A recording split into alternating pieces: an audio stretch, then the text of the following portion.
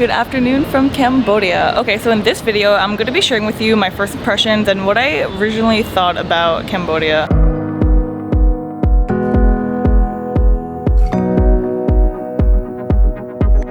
When I first got to Cambodia, I flew straight into Siem Reap from Bangkok. And when I first came to Siem Reap, I came at night.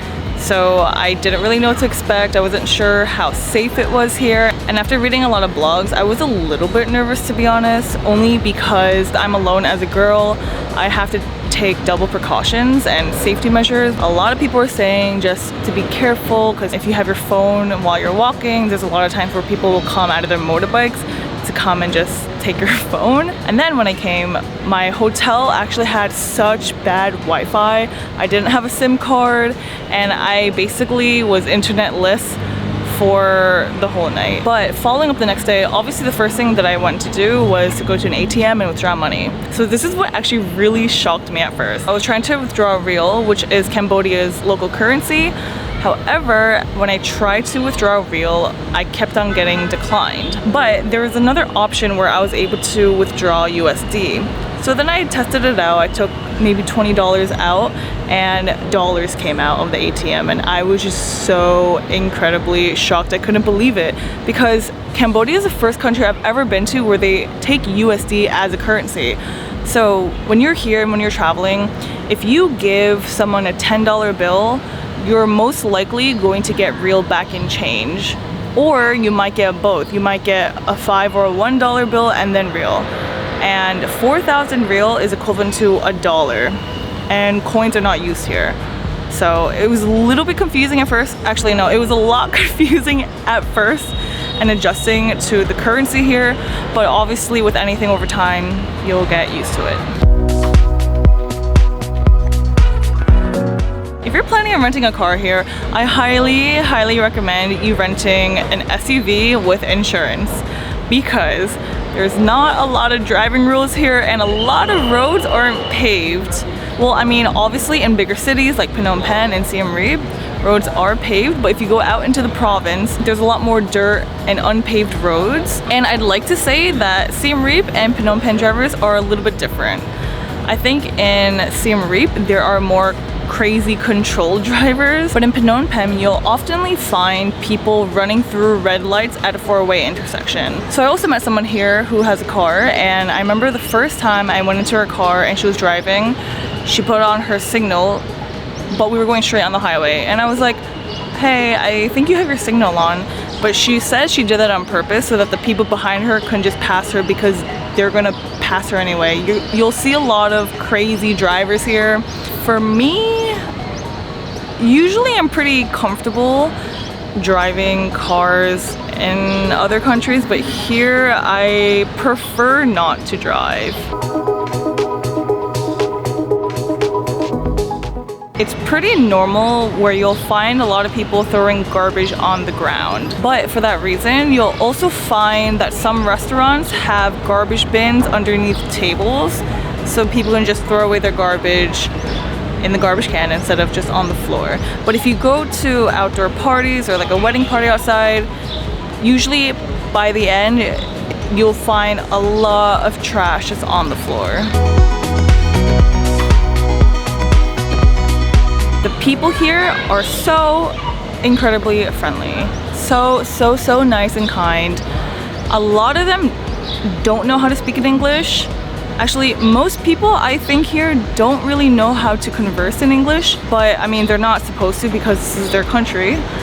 But for me, it's a little bit difficult to get around and ask for help because a lot of people don't speak in English. And also on top of that, Google Translate doesn't really work so well here. There has been a couple of times where I've tried to translate something through Google Translate and show it to someone, and like they're like, what are you talking about? So it really surprised me.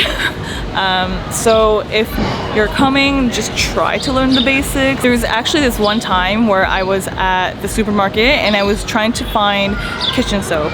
So I asked the workers if they had kitchen soap and didn't understand, so I just said kitchen, like cleaning plates, and he brought me to find spices.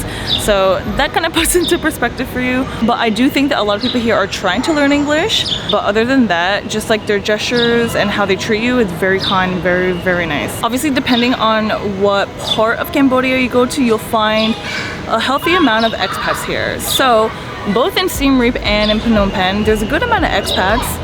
I will say that in Siem Reap, because it's so small, you'll most likely run into the same people almost every day. When I was there for about 2 weeks, I ran into the same people at the same coffee shops, restaurants, and bars almost every single day. Here in Phnom Penh is a lot bigger, but I still feel like you will run into the same people as well. I don't think I've been here long enough for me to experience that, but there's been a handful of times where I'm hanging out with a friend here and they'll bump into someone they know. Here in Cambodia, the country is still developing. It's crazy to think that it's only been less than 30 years actually since the Khmer Rouge ended.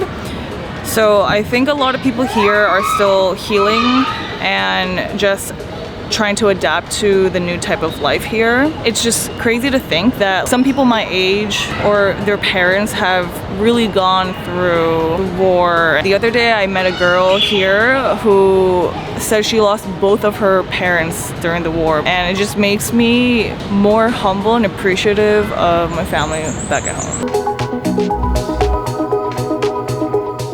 So this one I have to point out because I am Korean, but there are so many Korean restaurants and so much Korean influence here in Cambodia.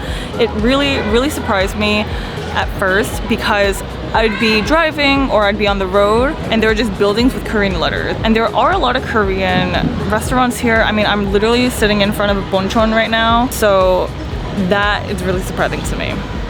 I wonder why. So if anyone is watching this who's Korean and who knows the answer, please DM me because I am very interested. And the last thing that really surprised me, and I'm still trying to make sense in my head, are the food prices. So living in Siem Reap, definitely a lot cheaper as opposed to living in Phnom Penh. But the food here in Phnom Penh, obviously if you go to the local restaurants, the prices are really cheap. You could find fried rice for $2, but you go to Western restaurants and you're paying like way more. The average salary for a worker here is about $250 a month, but sometimes a meal is actually worth how much people make in a day. But I do think that some restaurants obviously cater to foreigners, and yes, food prices here are cheaper as opposed to the US and Europe, but for a local eating here who wants to eat Western food, it's very difficult. So overall, these are my first impressions of being here in Cambodia. And yes, even though I have been here for about a month, these are some of the things that really surprised me at first. But overall, I think Cambodia is a great country, still a developing country, amazing people. Life is pretty easy here, and I could definitely see Cambodia being something completely different in 5 years. Do I know what? Not really, but I see that there is a lot of potential here. So overall, that's it.